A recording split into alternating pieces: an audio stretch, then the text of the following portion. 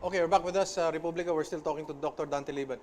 The discussions, they had several resource persons, ex-justices, former Senate President Aquilino Pimentel. I wish the other Senate presidents are also invited, but your own reading, how did the proceedings go?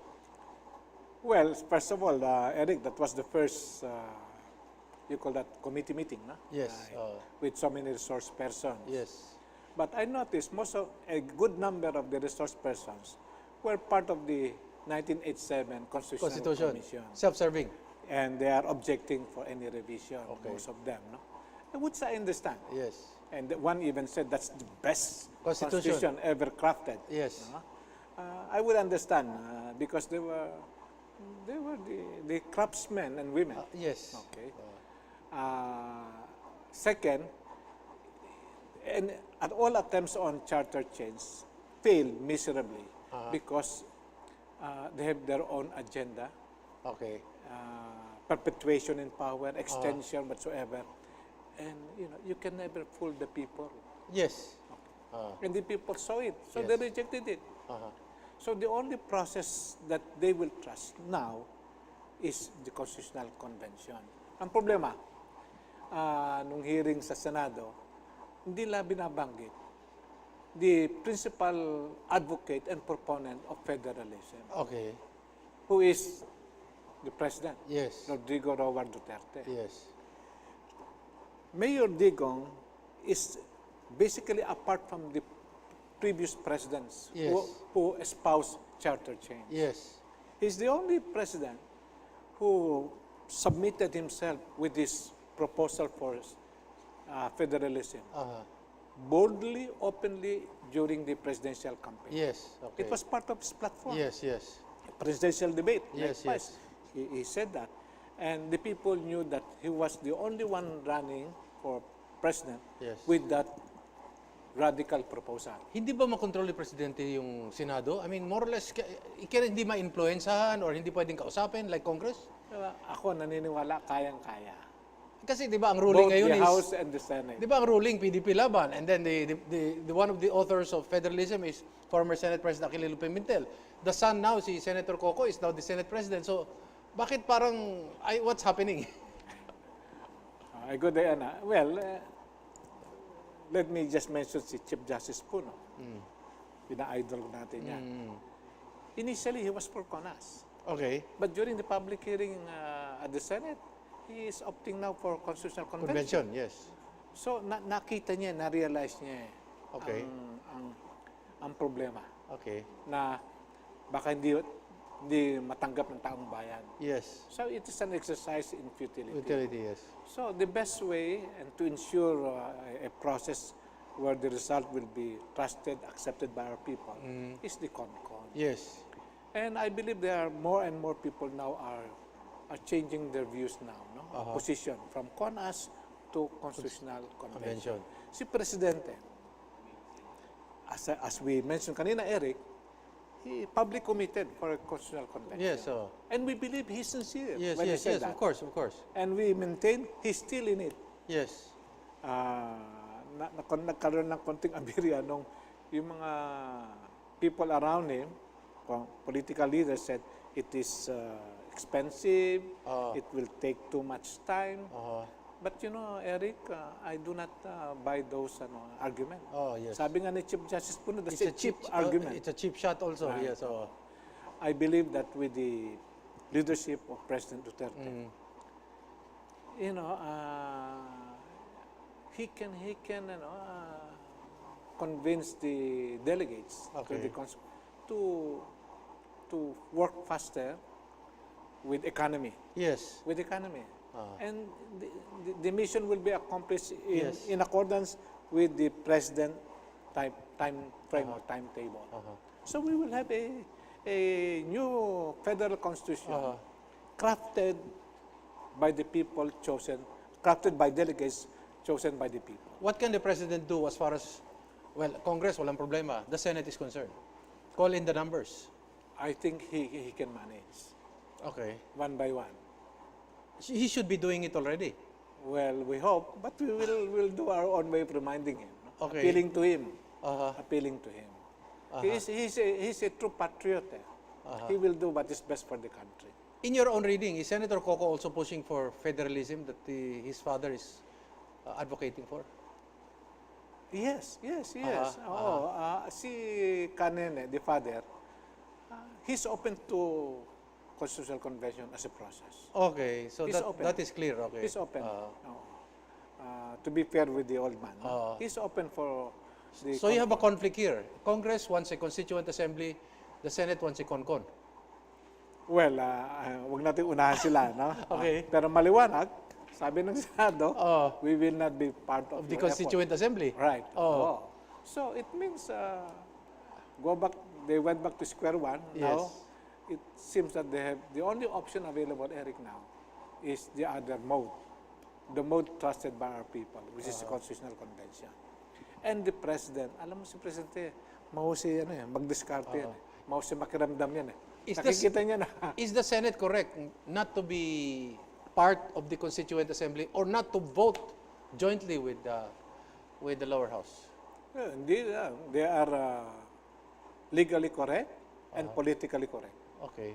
So they should vote separately. That's what you're saying. Oh yes, maliwanag naman yun maliwanag. Kasi there are some legal eagles also say they should vote jointly. Baka sisiw na yung agila na yun. So you agree they should be voting separately? Very clear, even in the Constitution. Very clear.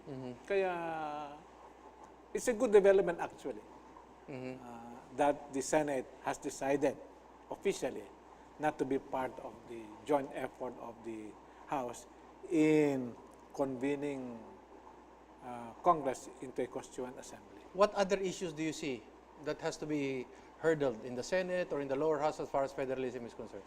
Sa akin, naki-presidente talaga yan but, okay. We the people, we must just rally behind him. Okay.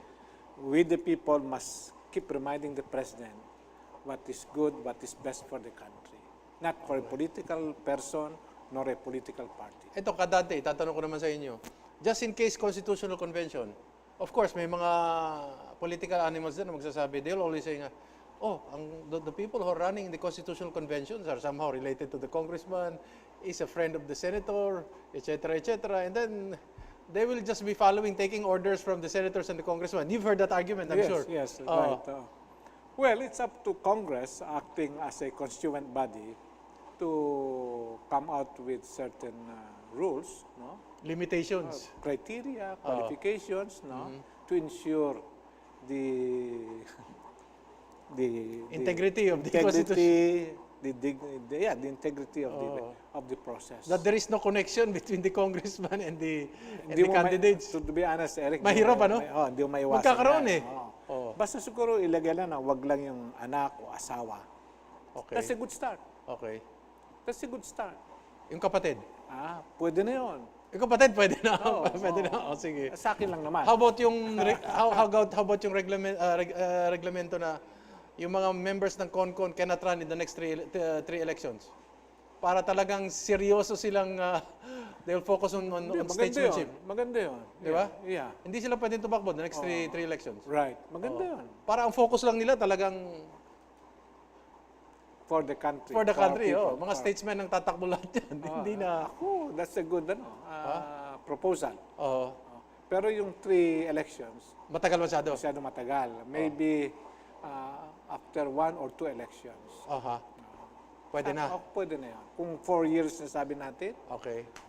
kahit na 1 election, pwede na 4 years. Do you see the Congress pushing through with the Constituent Assembly, regardless of what the Senate will do? If they push through, it's an exercise in futility. It will not attain any result.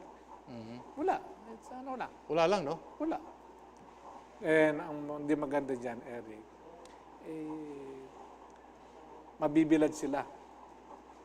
Mabibisto sila. Mabibilad sila. Mabibilad sila, okay. Di ba, no? Lalabas lahat. Okay. How about kung, of course, they're still going to a Constituent Assembly, but they respect it will be separately. And so they will now ask the Senate to submit their own proposals. And it will still be a Constituent Assembly. Gulo pa rin yun You still don't feel comfortable with the senators coming up with their own suggestions for the Constitution? Well, they may propose, they may make proposals. Yes. Pero if you look at the process, meron ng House, meron ng Senado. So kung di magka-agree, how do you resolve that? There's no bycam. Wala bang BICAM yan? Conference committee? wala. Ang sinabi ni Senator Coco Pimentel, there's always the bicameral conference committee to thresh out the constitutional amendments. Daw, yun ang sinasabi niya. I never trust the bicameral conference ganun ba? committee. Oo. Even in the presence, in the Congress itself. Aha. Alam mo, Eric, I've been in Yes, Congress yes, for yes. 9 years. Why don't you trust the bicameral conference committee? Kumisa, yung panukala ng House, nasa isang tabi. Panukala ng Senado, na isang tabi. Okay. O di kaya, napapalitan, nababago. You're saying the final product is a Frankenstein from its original proposals. Is that what you're saying? In a way, yes, Yes. Eric. At only a small group will now decide for both Houses. houses, the House of Representatives and the Senate. Okay. Itong maliit na grupo nito, dyan ang matinding lobbying, Horse trading. horse trading, pressure. Pare, pagbigyan mo na ako nito, eto naman akin, ganito, ganun. Correct, correct. We know that. Okay. I've seen that. So, more so in a constitutional process. Meron kang bicap, Yes. matindi yun. Unacceptable sa akin yun. Aha. Let the body as a whole, one body, to decide on it. Aha. And let that one body, if it's a constitutional convention, finalize it and present it to the people. Let the people decide. But the way you see the vociferous statements being made in Congress, do you see it happening that it will become a con-con? Yeah, alam mo, malaking bagay yung ginawa ng Senado that they will not join the House. So, katulad sinabi ko, it takes two to dance the tango, di ba? Kung wala yung isa, ano Can magagawa? Congress go to the Senate? I mean, rather to go to the Supreme Court. Kahit na, it becomes a Hindi pa rin. political question. Oo. The Supreme Court will Will wash its hands. Yes, of course. It's up to you guys. It's a political question. That's up to you. Right, right. Kaya, alam mo, blessing yun Nangyari yan, Eric. Para ma-remind si Presidente. You don't see any senators attending.